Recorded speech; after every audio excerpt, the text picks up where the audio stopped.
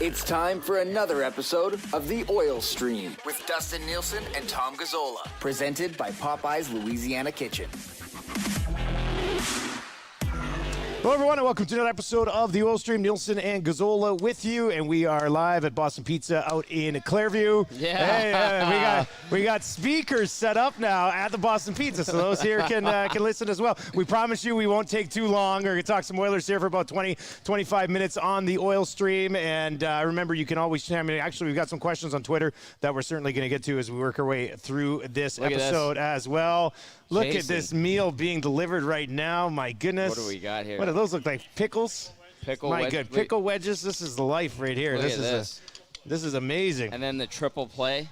Oh, look at this. Put this down right here, Tommy. What are you gonna do? We're gonna spill it. That's what we're gonna do. Let's move this over here. There we go. We got a little bit of a lunch. Let's take a look at this. Let's take a look at this right here. Triple play at Boston Pizza. Go ahead. That's Thai chicken bite right there. Thai chicken. No, it's Thai chicken bite. Come on. Cactus cut. Yeah, those look delicious. Oh my God.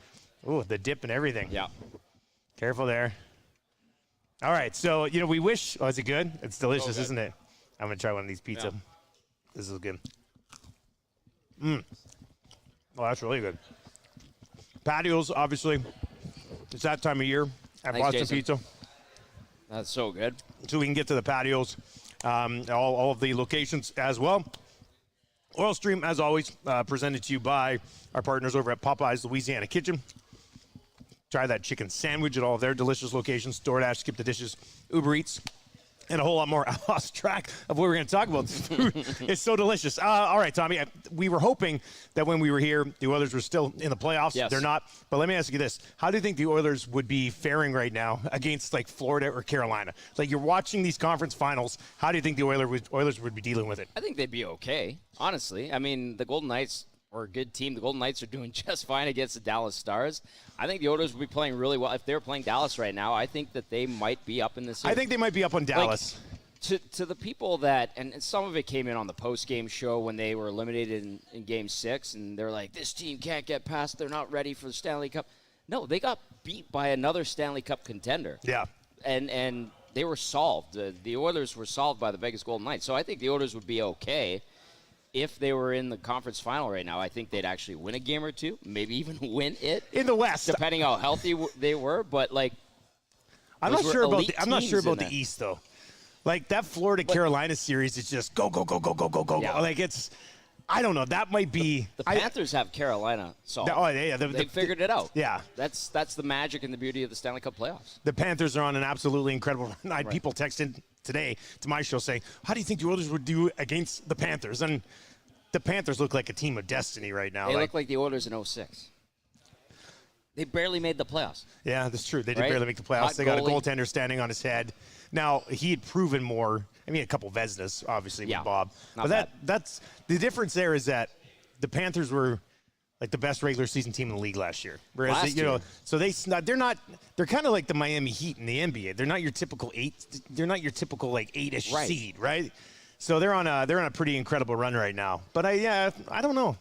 I feel like the Oilers could be doing pretty well in that West, but I think if Edmonton didn't have that sequence in the second period of Game 5, that's what it all comes back down to. That's when Vegas realized we got you.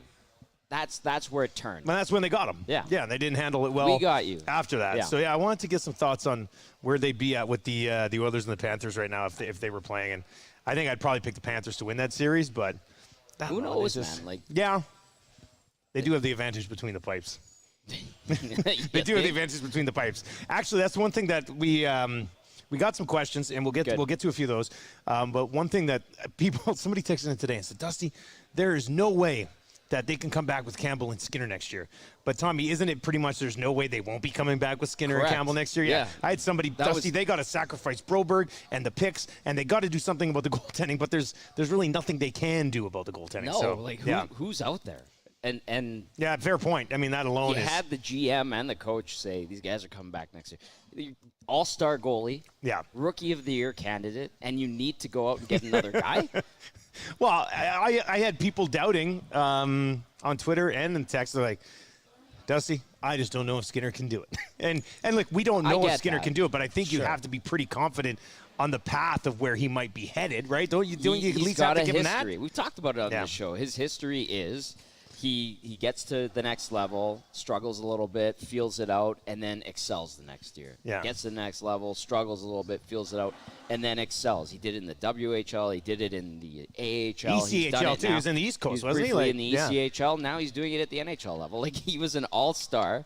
And I know you could throw a caveat in there. It's like, it's the Pacific Division. Yeah. The Logan Thompson was the other goalie. True. I get it. But then he's also a Calder finalist, so they're okay, and there will be no change in goal unless something crazy happens, which I don't foresee. Yeah, probably. But I understand. There's always concern about every little area and tidbit. Oh yeah, I mean, that'll continue all the way through the off season. A couple of quick questions. Will the Oilers be signing Patrick Pustola before they lose his rights on June 1st? Have you checked in? People keep texting all the time. I think on the last 2 episodes of the Oil Stream, people are like, Dusty, what's going to happen with Pustola? Like, he's going to walk. He's going to walk? Okay. I don't think they're signing him. So we gave Puljujarvi away for nothing. Yes. Yes. Exactly. That's what we thought at the time. Yes. And yeah. So you're thinking he's going to probably walk. I mean, you'd be surprised if they signed him? Basically, they barely know who he is. Yeah. Like, no, he's not coming back. I love that. They're not signing him because they barely know who he is. There was a conversation in the press box after the trade. I think it was like a couple games after Puljujarvi had been traded. I can't remember who it was. It was like Matheson or someone. Oh, really? We're talking about Pistola, and he's like, basically Don Waddell gave Ken Holland a list, said pick one of these guys. We're not signing them. Yeah. And they picked one. Pick a Finnish guy. Yeah. Obscure Finn, grab one. You take a Finnish guy. Yeah. You can have a Finnish guy. Yeah. And that still happens. It's the future considerations type of deal, right? All right, let's get to another question. This is from the OP, Original Puzar. Yeah. Who we have met. He's popped by one of these. Good dude. Oh, man, those cactus cuts. I just had one again. That What's jalapeno, the secret? The jalapeno oil. Yeah. Presuming a 1 year or 2 year bridge on Bouchard, can they get the number below 4? What about a LeBanc deal? Have a long-term extension agreed to, but split into 2 deals. 1 year with a low $2 million cap it, and the gap in the term extension to be signed January 1st. So can you tell him? Can you tell Bouchard, hey, listen, here's the deal: $2 million this year. When we can redo the deal January 1st, boom, 5 more years at 6 per or something. Like, do you think? I think he's going to want more, but I would like that. I mean, that's one way to do it. That's a real player doing you a solid. Yeah. Basically. And they basically did that with Ryan McLeod this past year. Remember how long it took to find They had to find out how much money they had. So what's McLeod going to get then? I don't think he's going to get a big bump up. 1.4? Something like that. I think I saw Low Tide speculate 1.4. What do they have, like $6 million to spend? They do not have a lot of money. No, it's tight. So, yeah, maybe they can get Bouchard on a – I don't know if it'll be below 4, though. I think he's going to want to cash out. Like, I think he's want. But if he gets if he gets 4, then you have. I mean, you're screwed. $2 million. Yeah, to sign Bukestad, Ryan, McLeod, I don't know. Costin. Are they bringing back Ryan? Well, they're gonna bring back one of those 2 guys. Costin, yes. No, Bukestad or Ryan. That's the other thing. Is Bukestad going to want to bump up? I was going to play a game here. Yeah. UFAs, keep them or clip them. Get them. Are we playing that now? We're going to play it right now. Yep, I'm going to do it here. Let me bring up the, there we go. Patio is open at Boston Pizza, all your Boston Pizza locations. We're live at the Clareview location. I feel at home here. This guy, is that why you have such a sweet goatee going right now? Because you feel so at home? Yes. I don't think we have a wide enough camera to get a picture of your goatee right now. No, it's awful. Your father's here. Look, he's just so disappointed. It's just like, he can't grow facial that's hair. My boy. Yeah, he's all salt and pepper over there. But you spent a few nights at this Boston Pizza Not location? Not this one, the Fort Road one. We would do Red Wing Wednesdays, and when our home rink was Clareview Arena. I still disagree, and I talked to Wally Course, owner, GM, coach of the Red Wings, that they moved to the Londonderry. And I was like, you guys got to get back to Clareview. It was a way better rink. And they renovated it and stuff. We would go Red Wing Wednesdays. There was a Bo Diddley's. The Red Wing, no longer here. Red Wing Wednesdays. There is a Popeyes right down the street. I saw that. Yeah, I saw that. There's a Popeyes and then over there were sometimes Sunday games where we would go to the Fort Road BPs. Really? Bring our girlfriends and stuff. Oh, the whole family. They got a little bit rowdy. So not at BP's. No, but it's afterwards. Yeah. So anyway, it's a special place for you. I feel at home. I'm at home. That's good. That's good. All right, UFAs, keep them or clip them. Here we go. It's for Boston Pizza appetizer and all of your locations. In a good way. It's delicious. Yeah, it's delicious. Jason's checking it. All right, Nick Bjugstad. Stay or go? Let's just do stay or go. He's a How great much, fit. What did he make last year? He was making like 9 something. Yeah, because he's not going to sign for that. He had a good season. What do you have? What's he going to sign goals? for though? Like $1.5 million, $2 million. He's not getting $2 million. Not here. He'll probably somebody ask else for might it. give him $2 million. million. Exactly. I'd keep him. If you could find money for him, I would keep him. And I'd try to get him for a couple of years. If you're Bjugstad, would you stay here for $1.5 million, take a pretty good run at the Cup, or sign somewhere shitty for $2 million for 3 years? I mean, interesting question, right? Yeah, it is an interesting question. He was staying at Mark Pesick's place in Sherwood Park. Oh, yeah, that's right. Yeah, he was staying at Mark's place while he was here, and I think he liked it here. Mark's such a nice guy. He's a great guy. Yeah. He's a great guy, and so I would try to keep him, and if you could convince him, and if he really wants to win a Stanley Cup, and that is his prerogative and priority in his career, then his chance of doing that here is pretty good, then maybe he takes a bit of a discount. We see this happen. When teams are at the cusp of getting to a Stanley Cup final, winning a Stanley Cup, guys take better deals. He'd be my UFA priority. I know yours is probably Matthias Janmark. Because you love Janmark. I like Janmark. And I don't think Janmark's going to get a big bump up either from what he had last year. What, just around $1 million? Does he even have a job in the NHL somewhere else? I'm not. Yeah, probably. It's not a slight to him. No, I think he does. does. But there's not teams lining up and giving him $1.5 million. I think people appreciate what he's done. And it didn't start great here when they sent him down. He was pissed off. I remember that day he got waived, and he stormed out of the rink. Did he? And I'm like, I'm not even going to say bye to him. Wow. He was pissed. He was really angry. And when he you got should be called angry. back You up, just got cut. That's when good. he got called back up, I interviewed him once for 1260, and then once I was filling in for Rashog, and both times he was adamant how upset he was about getting sent down. Jeez. Yeah. A little bit of a riff in the room. I say cut him. Really? You can't keep all these guys. You're gonna be able to pay all these guys. Like there's and we'll get to it. I'd rather have inside the number. I would rather have Bjugstad. Okay, Derek Ryan. He's 36. Yeah, but he doesn't make any mistakes. He doesn't make any mistakes. Can somebody else from the minor leagues do his job? I'm not too sure if there's a guy that can do that. Raphael Lavoie is not going to do it. No. But if you're making room for a Holloway, who's got to go? Could you replace a Golden Bear with another Golden Bear? Oh, are you talking about Phil? Yeah. Low Tide loves him. I'm sure Stoff loves him too. No. No. The answer is no. I think Derek Ryan might be back. You do? On a short, like on a low end, just live here, play again for what you know. Yeah. Sure. Okay. No, gone. Got to be gone. Gone. Got to be gone. Yeah. Okay, and then you got your RFAs. We already talked about McLeod. Yes. What's Costin? What happens with Costin? There were discussions in the season about his next deal. What a great pickup. Yeah. And it was reasonable, and they said, I think the tone was they'd just revisit it. I think they get him done for a relatively cheap price. $1 million? Somewhere around there, yeah. Not much more. No, you don't have I was going gonna to say, room to do it. they basically, Ken Holland's going to go in for agency and be like, here's what we have. Can you play for us? What can you? Yeah. Yeah, because there's no wiggle room. This is why Kyler Yamamoto has to be traded. Yes. It all comes back around to that. Yeah. Kyler Yamamoto and $3.1 million has to be traded because that could be. That's a couple players. That's 3 of these guys. Yes. Right? You could keep Ryan, Bjugstad. No, maybe not Bjugstad. Bjugstad might. But you could keep Ryan and Costin for that. You could keep Costin and McLeod. Yep. I know they're RFAs, but you could get that business taken care of if you were to move Kyler Yamamoto. Yes. So, yeah, that's something that you could certainly look at as well. Angry Daytona on Twitter says, will you be eating another spicy chicken sandwich into the mic? I guess he's going to love this because we're diving into this.